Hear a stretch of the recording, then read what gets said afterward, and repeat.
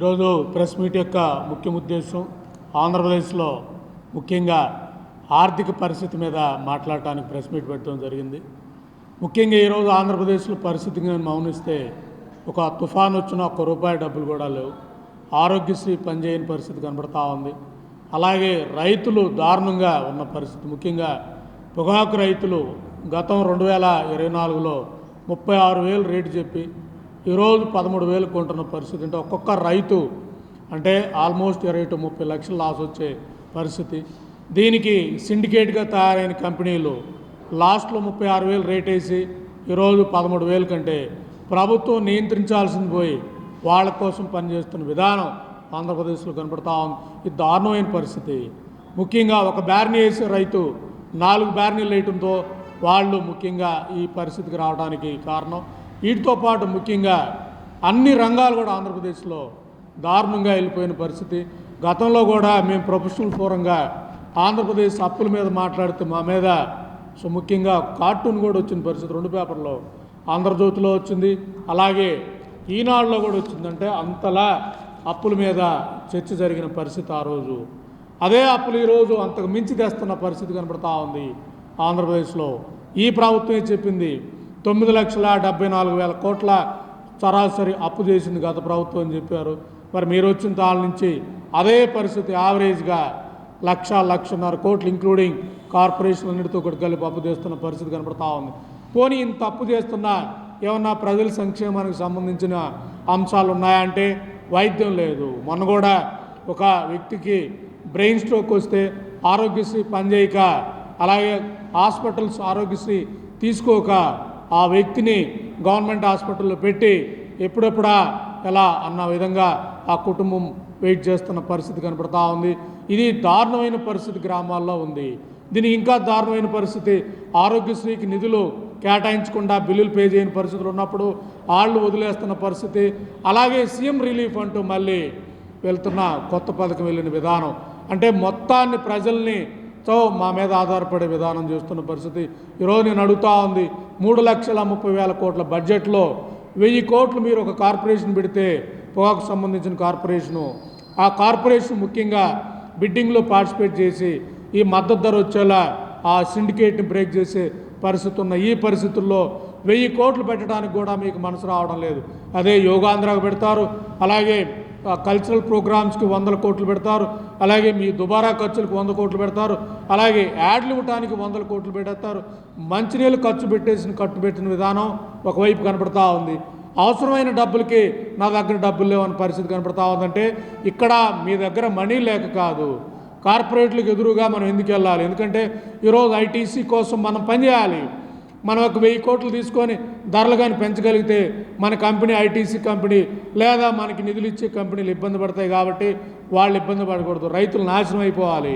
36,000 rate చెప్పి దాన్ని ప్రొవోకేట్ చేసి రైతులతో ఎక్కువ పండించి ఈరోజు 13,000 కొంటున్న దుర్మార్గం చరిత్ర ఐటీసీది ఉన్నప్పుడు వాళ్ళకి చేయక మీరు రైతులకు చేస్తారా అని అడుగుతా ఉన్నా. ఈరోజు నేను అడుగుతా ఉంది, రాష్ట్రంలో ముఖ్యంగా రైతులు ఎలా ఎంత ఇబ్బంది పడుతున్నారు అనేది, ముఖ్యంగా గోవాడ షుగర్ ఫ్యాక్టరీ దాకా అక్కడ చేస్తున్న మా పార్టీ వాళ్ళ దీక్ష చూస్తే కూడా మీకు అర్థమవుతా ఉంది. ముఖ్యంగా అక్కడ 50 కోట్లు చెరుకు తీసుకెళ్ళి ఆ చెరుకు బిల్లు 2 సంవత్సరాల నుంచి పే చేయని పరిస్థితి కనపడతా ఉంటే అక్కడ రైతులు దీక్ష చేస్తున్న పరిస్థితి. మొన్న కూడా ఉలవపాడు దగ్గర అక్కడ రైతులు ముఖ్యంగా రసాలు 4-5 రూపాయలకు అమ్ముడుపోతున్నాయి, మేము కోయటం కూడా వేస్ట్ని వదిలేసిన పరిస్థితి కనపడ్డా వాళ్ళకి ఎలాంటి అవకాశం కల్పించిన పరిస్థితి. ఆ మధ్య పెదపరిమికి వెళ్ళినప్పుడు తుఫాన్ తాలూకు మొత్తం పంట పోతే పంటకు సంబంధించిన కాంపన్సేషన్ రూపాయి కూడా ఇవ్వని పరిస్థితి. అంటే దారుణంగా ఉంది ఆంధ్రప్రదేశ్లో. ఒకవైపు వ్యవసాయానికి సంబంధించిన ఇబ్బందులు వచ్చినప్పుడు నిధుల్లో, రెండో వైపు ఆరోగ్యశ్రీ పనిచేయట్లేదు, మూడో వైపు విద్యకు సంబంధించిన నిధులు లేవు, నాలుగోది వచ్చే తుఫాన్ వచ్చి ఏదన్నా న్యాచురల్ డిజాస్టర్ వచ్చిన సింగిల్ రూపీ లేని పరిస్థితి. ఇంకో సైడు అప్పులు పెరుగుతున్న పరిస్థితి. 2 సంవత్సరాల్లోనే నా లెక్క వీళ్ళు ఆల్మోస్ట్ 4 to 5 లక్షల కోట్లు అప్పు తీసుకొచ్చిన పరిస్థితి. ఎప్పన్నీ మళ్ళీ పథకాల కింద పెడుతున్న పరిస్థితి, రోజు ఒక కొత్త పథకం పెడుతున్న పరిస్థితి. అంటే ఒక రాజకీయ పథకాలకు తప్ప ఆంధ్రప్రదేశ్లో ఏమి నడవని పరిస్థితి కనపడతా ఉంది. ఈరోజు నేను ముఖ్యంగా కందుకూరులో రైతులు సిండికేట్గా బయ్యర్లు తయారై రైతులు మద్దతు ధర ఇవ్వట్లేదని మాట్లాడితే ఒక బయ్యర్ లావడాలో పొగాకని మాట్లాడిన పరిస్థితి. అంతటి సీరియస్ అంశాన్ని కూడా ప్రభుత్వం పట్టించుకోకుండా ఆ కార్పొరేట్ల కోసం ముఖ్యంగా మేము ఆ బయ్యర్లను తొలగించడానికి దీక్ష చేసి మేము ఆ రోజు మాట్లాడిన పరిస్థితి ఉంటే బోర్డు ఒప్పుకున్నా కూడా ప్రభుత్వం ఒత్తిడి చేసి ఆ బయ్యర్లను తొలగించకుండా వెళ్తున్న విధానం కనపడతా ఉందంటే కంప్లీట్గా కార్పొరేట్ల కోసం రాజకీయాల కోసం పనిచేస్తున్న పరిస్థితి. ఒక పొగాకు వేసే రైతుల్ని, ఒక పొగాకు పంటని లవడాలో పొగాకంటే స్పందించాల్సిన ప్రభుత్వం వాళ్ళకు స్పందిస్తూ వాళ్ళకు మద్దతు ఇస్తూ మాట్లాడిన మాలాంటి వాళ్ళ మీద బెదిరించే విధానం కనపడతా ఉంది. ముఖ్యంగా వాళ్ళ అనుచరులతో మాకు చెప్పించే విధానం, నీ మీద ఆల్రెడీ 4 కేసులు ఉన్నాయి, 4 కేసులు ఫేక్ కేసులు పెట్టారు ఈ ప్రభుత్వం వచ్చాక. కొత్త కేసు పెట్టేసి నీ మీద పీడీ యాక్ట్ పెడతారు, లేదా నీ మీద రౌడీ షీట్ ఓపెన్ చేస్తారని ఒక చార్టర్డ్ అకౌంటెంట్ని అలాగే ఒక లాయర్ని నిరంతరం ఆంధ్రప్రదేశ్ అప్పుల మీద మాట్లాడుతున్న మాలాంటి వాళ్ళు మాట్లాడిన దాని మీద గెలిచినా మీరు మాకు ముఖ్యంగా రౌడీ షీట్ పెడతామని బెదిరిస్తున్నారంటే మీ స్థితి ఏంటో అర్థమవుతా ఉంది ఈరోజు. ఎందుకంటే ఒకవైపు ముప్పటి తిప్పటిగా జనాల్లో వ్యతిరేకత వస్తున్న పరిస్థితి కనపడతా ఉంది. ఇదే పరిస్థితుల్లో మళ్ళీ అపోజిషన్ పార్టీ చూస్తూ ఉంటే ర్యాలీలు జనాలు పోగు చేసే విధానం, మొన్న జగన్మోహన్ రెడ్డి గారు వెళ్ళిన విధానం కానీ గమనిస్తే ఆ రోజు వెళ్ళిన జనాల తోలుకెళ్ళిన పరిస్థితి కనపడింది. స్వచ్ఛందంగా మాలాంటి వాళ్ళని రైతుల సమస్య మీద మాట్లాడితే 200 మంది 2 పార్టీలకు సంబంధించిన రైతులు ర్యాలీగా వచ్చారంటే అది మీ 2 పార్టీల మీద రైతులకున్న అభిప్రాయం. అది సామాన్యుల తాలూకా అజెండా మోసి మాలాంటి వాళ్ళ మీద ఉన్న రైతులకు అభిప్రాయం చెప్పదలుచుకుంటున్నా. ఇప్పటికైనా చంద్రబాబు నాయుడు గారు రివ్యూ చేయండి, ఈ పనికిమాలిన పథకాలన్నీ తీసేయండి. ముఖ్యంగా రైతు భరోసా పథకం మొత్తానికి నిధులు పెట్టేసి ఆ పథకం కూడా భూ యజమానులకు వెళ్తూ ఉంది. వాళ్ళెవరు కూడా వ్యవసాయం చేయని పరిస్థితి ఉన్నప్పుడు నిజంగా కౌలు రైతులు, ఈ బ్యార్నీ వేసే రైతులందరూ కూడా కౌలు రైతులే. 36,000 రేటు చూపించడం వల్ల ఒక బ్యార్నీ వేసే రైతులు 4 బ్యార్నీలు వేసేసి ఈరోజు ముఖ్యంగా ఆ పరిస్థితి వచ్చిన పరిస్థితి. ఒక్కొక్క రైతు 20-30 లక్షలు అప్పు, కూలోళ్ళు కూడా పే చేయలేని పరిస్థితుల్లో వాళ్ళు ఎలాంటి అఘాయితాలు చేస్తారన్న భయం కలుగుతూ ఉంది ఒక రైతు బిడ్డగా నాకు. అందుకే ఈరోజు ప్రెస్ మీట్ పెట్టడానికి ఇక్కడికి రావడం జరిగిందని చెప్పదలుచుకుంటున్నా. ముఖ్యంగా 45,000 మంది పొగాకు రైతులు వీళ్ళందరూ కూడా పొగాకు మానేసే పరిస్థితి వచ్చినప్పుడు వీళ్ళ మీద ఆధారపడి మొత్తం గ్రామం కూడా వలస వెళ్ళే పరిస్థితి కనపడతా ఉంది. అంటే వ్యవసాయం దారుణంగా వెళ్ళే ఈ పరిస్థితుల్లో కూడా మీరు స్పందించకుండా కనీసం 1000 కోట్లు ఇవ్వకుండా లేదా ఐటీసీ కంపెనీలు నియంత్రించకుండా వాళ్ళు బెదిరిస్తూ ఉన్నా, వాళ్ళు కొనకుండా వెనక్కి పంపిస్తూ సిండికేట్గా తయారవుతా ఉన్నా వాళ్ళు కొమ్ము కాసే విధానం అంటే రైతుల్లో మీకు వ్యతిరేకత బాగా వస్తున్న పరిస్థితి కనపడతా ఉంది. కాబట్టి ఇంకా దారుణమైన పరిస్థితి ఆంధ్రప్రదేశ్లో. గతంలో ఇదే పరిస్థితి జగన్మోహన్ రెడ్డి మీద ఉండింది. అప్పుడున్న ఆరోగ్యశ్రీ పథకం లేకపోగా అలాగే రైతులు ఇబ్బందులు పెడితే ఆయన ఓడించి మిమ్మల్ని గెలిపించిన పరిస్థితి. మళ్ళీ మిమ్మల్ని ఓడించి జగన్మోహన్ రెడ్డిని గెలిపించే పరిస్థితి ఉందో అనుకుంటున్నారు. కానీ ఆంధ్రప్రదేశ్లో మార్పు రాజకీయాలకు శ్రీకారం చుడుతుంది అనడానికి నాలాంటి సామాన్యుడు, ఏ పార్టీ బేసి లేని వాళ్ళు లేదా ఒక ఆమ్ ఆద్మీ పార్టీ సాధారణ కార్యకర్త, ఎందుకంటే ఆమ్ ఆద్మీ పార్టీ జోనల్ ఆఫీస్గా పనిచేస్తున్న మా నోరు ముయించడానికి కూడా మా పార్టీ మీద మమ్మల్ని ఇబ్బంది పెట్టిన పరిస్థితి కనపడతా ఉంది, మా మీద కేసులు పెట్టిన పరిస్థితి కనపడతా ఉంది. కాబట్టి అయినా నన్ను నమ్మి 200 మంది రైతులు, 2 పార్టీల రైతులు నిలబడి ఆ రోజు పోలీసులు అరెస్ట్ అయిపోయినా కూడా ఎదురు కూర్చున్న పరిస్థితి కనపడతా ఉందంటే మీ 2 పార్టీల మీద రైతులకున్న వ్యతిరేకత అని చెప్పదలుచుకున్నా. ఇప్పటికైనా చంద్రబాబు నాయుడు గారు దీన్ని లోతుగా అర్థం చేసుకుని మీరు ముఖ్యంగా గ్రామీణ వ్యవస్థ, గ్రామాల్లో ఉన్న రైతులే గెలుపోవటం డిసైడ్ చేసే పరిస్థితి వస్తుంది. వీళ్ళే జగన్మోహన్ రెడ్డిని ఓడిపించిన పరిస్థితి కనపడుతుంది. కాబట్టి మీరు మళ్ళీ 2029లో నేను గెలవాలి లేదా అమరావతి లాంటి ప్రాజెక్టును తీసుకెళ్లాలని మీరు కానీ భావించే పరిస్థితి ఉంటే గ్రామీణ అభివృద్ధికి సింహభాగం పెట్టండి.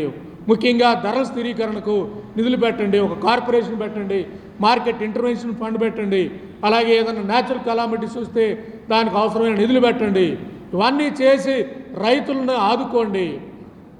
రైతు భరోసా పథకం కావాలంటే తీసేయండి. కానీ అలా అవసరమైన పథకాలన్నిటికి కూడా నిధులు సమకూర్చిన పరిస్థితి వస్తే మీరు కూడా 2029లో ఎంత ప్రెజర్ చేసి ఎంత బీజేపీ ఒత్తుడున్నా బీజేపీకి కేంద్రంలో కాక్రోచ్ లాంటి ఈ పార్టీల వల్ల దిక్కులేని పరిస్థితి ఉన్నప్పుడు వాళ్ళని నమ్ముకొని మీరు వాళ్ళ అజెండాలో ముఖ్యంగా ఆ యోగాంధ్ర తాలూకు ఇంత మనీ పెట్టారు, అలాగే సంక్రాంతి ఫెస్టివల్స్ ఇన్ని కోట్లు పెట్టారు, వందల కోట్లు ఖర్చు పెడతా ఉన్నారు. రైతుల తాలూకా ఒక 500-1000 కోట్లు లోన్ ఇవ్వమంటా కూడా ఇవ్వని పరిస్థితి. ఈరోజు కార్పొరేషన్ ద్వారా 1000 కోట్ల లోన్ తెస్తూ ఉన్నారు. ఆ లోన్ అంతా కూడా మిస్యూజ్ చేస్తున్న పరిస్థితుల్లో 1000 కోట్లు పొగాకు బోర్డుకి ఇంత ఆస్తున్నా దానికి 1000 కోట్లు ఇచ్చి ఆ మార్కెట్ ఇంటర్వెన్షన్లో ఒక కార్పొరేషన్ పార్టిసిపేట్ చేయలేని పరిస్థితులు ఉన్నారంటే మీరు ఐటీసీ కోసం పనిచేయాలన్న ఆలోచిస్తున్నారన్న ప్రజల్లో వెళ్ళే విధంగా వెళ్తుంది. కాబట్టి ఇప్పటికైనా ఆలోచించాలి.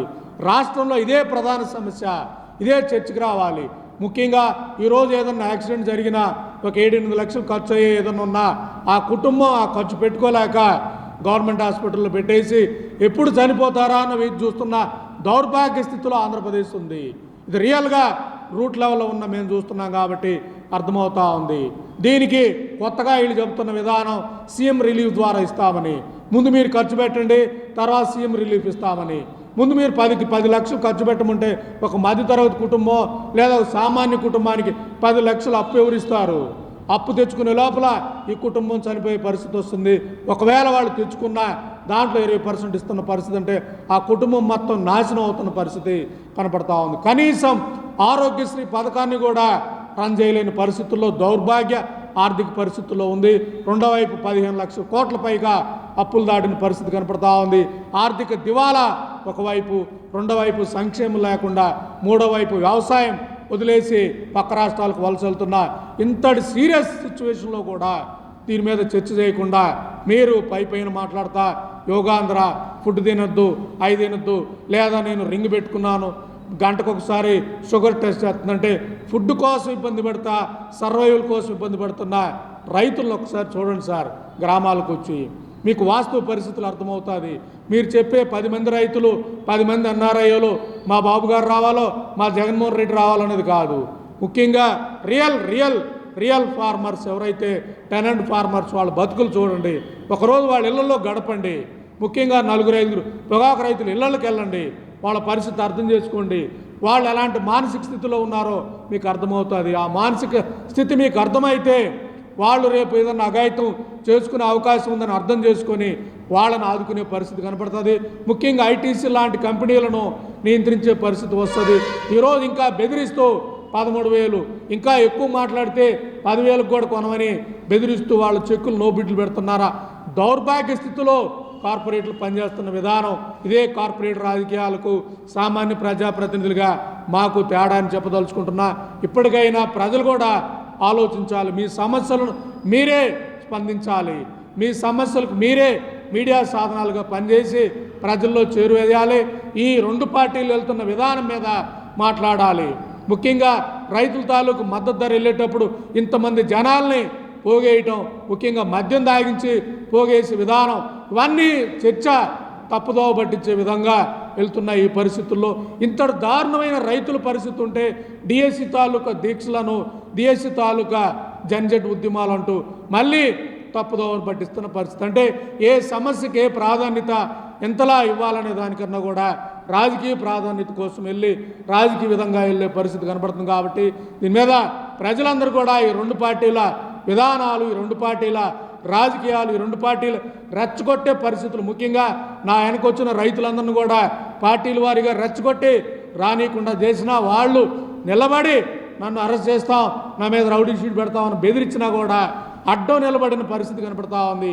అలాగే ఆ రైతులందరూ కూడా మా వెనక ర్యాలీగా వచ్చి రిప్రజెంట్ చేసిన పరిస్థితి కనపడతా ఉందంటే ఇది సామాన్యుల తాలూకా మనస్థితి, సామాన్యుల తాలూకా పరిస్థితి అని తెలియజేస్తున్నా. దీని మీద కేంద్ర ప్రభుత్వం కూడా స్పందించాలి. ఆంధ్రప్రదేశ్ రాష్ట్రాన్ని నాశనం చేసిన పరిస్థితి మీ 2 పార్టీలు. ఆ రోజు కాంగ్రెస్ పార్టీ చేసిన, ఈరోజు మీరు చేసిన ముప్పటిదిప్పటిగా అప్పులు అలవ చేస్తూ అప్పులతో పాటు ముఖ్యంగా సంక్షేమ పథకాలను కూడా గాలికి వదిలేస్తున్నా ఎక్కడా మీరు స్పందించిన పరిస్థితి. ఈవెన్ నీతి ఆయోగ్లో కూడా నేను ఇవన్నీ కూడా మాట్లాడిన పరిస్థితి, పెద్ద రిపోర్ట్ ఇచ్చిన పరిస్థితి. ఆంధ్రప్రదేశ్ ఆర్టికల్ 360 పెట్టండి, ఈ ఆర్థిక అరాచకాన్ని కంట్రోల్ చేయండి అని మాట్లాడిన ఈ పరిస్థితుల్లో కూడా ముప్పటిదిప్పటిగా ఒకవైపు అప్పులు ఇస్తూ, రెండో వైపు రాజకీయ పథకాలు ఖర్చు పెడుతూ, మూడో వైపు విచ్చలవిడిగా అవినీతి చూస్తూ, నాలుగో వైపు రైతులు, ఆరోగ్యశ్రీ, విద్య, ఏటైతే మౌలిక సదుపాయాలకు అవసరమైన నిధులు లేకుండా, సంక్షేమ పథకాలకు నిధులు లేకుండా, ఎస్సీ ఎస్టీ సప్లాన్ ఏటికి నిధులు లేకుండా దుర్మార్గంగా ఆంధ్రప్రదేశ్లో వెళ్తున్న పరిస్థితి. ప్రభుత్వాలు మారుతూ ఉన్నాయి కానీ బతుకులు మారిన పరిస్థితి కనపడుతుంది. కాబట్టి దీనికి మార్పు రావాలంటే ప్రజల్లో మార్పు రాజకీయాల వైపు మీరు ఆలోచించాలి. వీటన్నిటి గురించి కూడా మీరు ఆలోచించాలి ఈరోజు. అదర్వైజ్ రేపు ఏదన్నా మన కుటుంబంలో కూడా జరగరాంది ఏదన్నా జరిగితే ఆరోగ్యశ్రీ లేక మనం హాస్పిటల్లో డబ్బులు కట్టలేక బిక్కుమంటూ బతకాల్సిన పరిస్థితి వస్తుంది. కాబట్టి సామాన్య ప్రజలందరూ కూడా ఆలోచించండి సోదరులారా. ఈరోజు రైతుల పరిస్థితి వచ్చింది, రేపు మీ పరిస్థితి వస్తుంది, రేపు ఇంకొకరి పరిస్థితి వస్తుంది. అందరికి ఇదే పరిస్థితి. ఉద్యోగస్తులకి జీతాలు ఇంక్రిమెంట్లు ఏమీ లేవు. మొత్తం రాజకీయ పథకాలు, పనికిమాలిన పథకాలు, అలాగే చెప్పాలంటే ముఖ్యంగా యోగాంధ్ర లాంటి డబ్బా కొట్టుకునే పథకాలకు తప్ప ఏటికి కూడా ఆంధ్రప్రదేశ్లో నిధులు కేటాయించే పరిస్థితి లేదన్న. కాబట్టి ఓ చార్ట్ అకౌంటెంట్గా, ఆంధ్రప్రదేశ్ ప్రొఫెషనల్ ఫోరం అధ్యక్షుడిగా early పనిచేసినోడుగా, present Aam Aadmi party సాధారణ కార్యకర్తగా మీ అందరి ముందు కూడా వచ్చి మాట్లాడుతున్నానని తెలియజేస్తున్నా. ధన్యవాదాలు.